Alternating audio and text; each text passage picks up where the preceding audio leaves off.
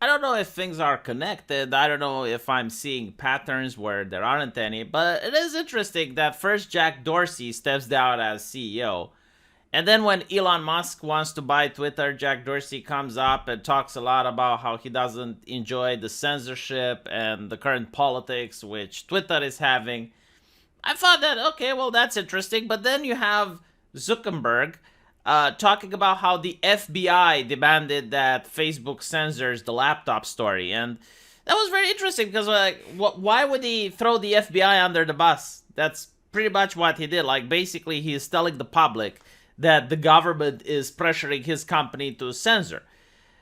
And there is truth to that. I mean, there is an entire industry now, usually led by journalists and other people and activists, who are constantly trying to pressure these social media companies into censoring.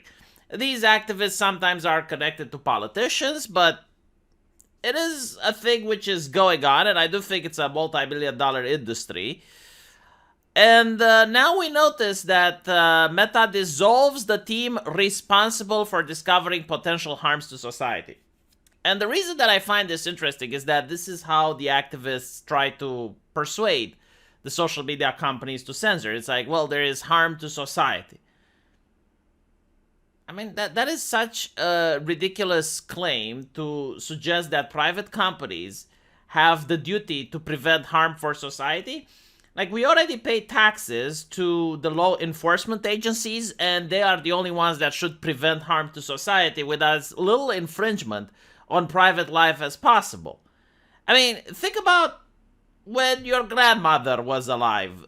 Did the postal office have a responsibility of preventing potential harm to society? And if yes, did the postal office actually look into the belongings and the mail that your grandmother would receive?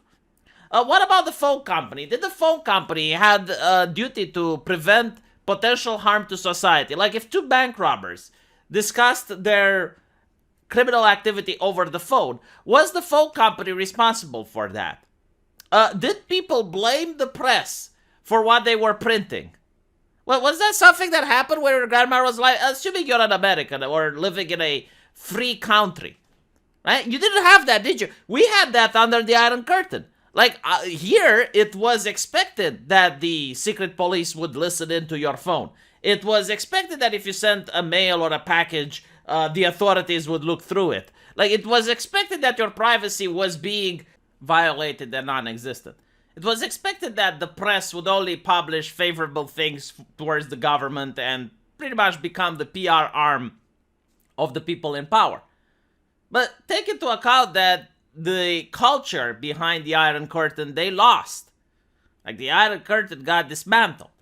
Meanwhile, the West managed to prosper with their culture of freedom and their culture of open-mindedness and vigorous debate. But for some reason, no, we're now adopting the communist model where all of the press and most of the human communication has moved online, is now being centralized, and now the government is pressuring the companies that have the power to look over what people think. And it's getting so fucking ridiculous that if you go out and you have a beer with someone, you can actually talk about whatever you want, but if you're online, you have to watch your language. I mean, especially during the pandemic, and I did this experiment several times. I believe that I encouraged you guys to take it as well. But I would travel with a cab, or I would go have my hair done, and I would have a conversation with my hairstylist. And we would talk about political things. Like, I would ask him, what do you think about the pandemic? What do you think about the vaccines? What do you think about this? And what do you think about that? Like, what do you think about Americans and pronouns? Like, and I wouldn't put words in their mouths. I wouldn't be judgmental. I just let the man speak. I would just listen to what he has to say. Almost every single time, without single exception, if I were to put what they said on social media, it would get a community guideline strike. Every time.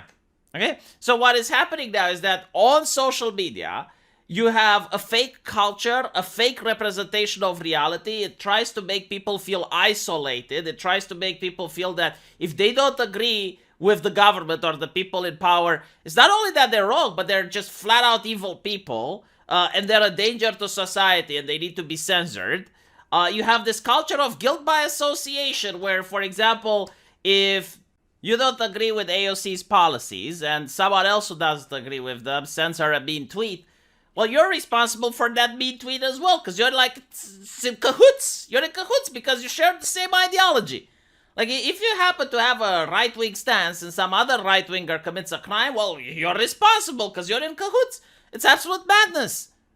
It's bewildering. It's ridiculous. And, of course, it doesn't reflect the real world at all. It doesn't show how actual people think. And it is funny whenever you have an election, like, for example, in the United Kingdom, where the Conservatives won with a large number, like it was a conservative wave in the UK, and the people from Labour were absolutely bewildered. They were flabbergasted. They didn't understand, like, how does this happen? Like, on Twitter, everyone is supporting us. We won the argument. What is going on?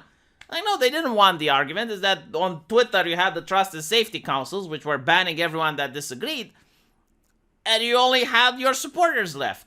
That's why you won the argument. But we have seen this happen with the United States, with the Roe v. Wade situation, right? Like, again, social media just manages to curate and control how the conversation about abortions is going. And then when they notice the effects in the real world, it's like, how did this happen? Like, where is this coming from? Like, we don't see it. Yeah, because like, you don't go out in the real world. You stay on social media all the time, and you think that's an accurate representation of what people think, but in reality, no. In reality, most people can still go out with their friends and family at a pub and actually talk openly and say whatever the fuck they want.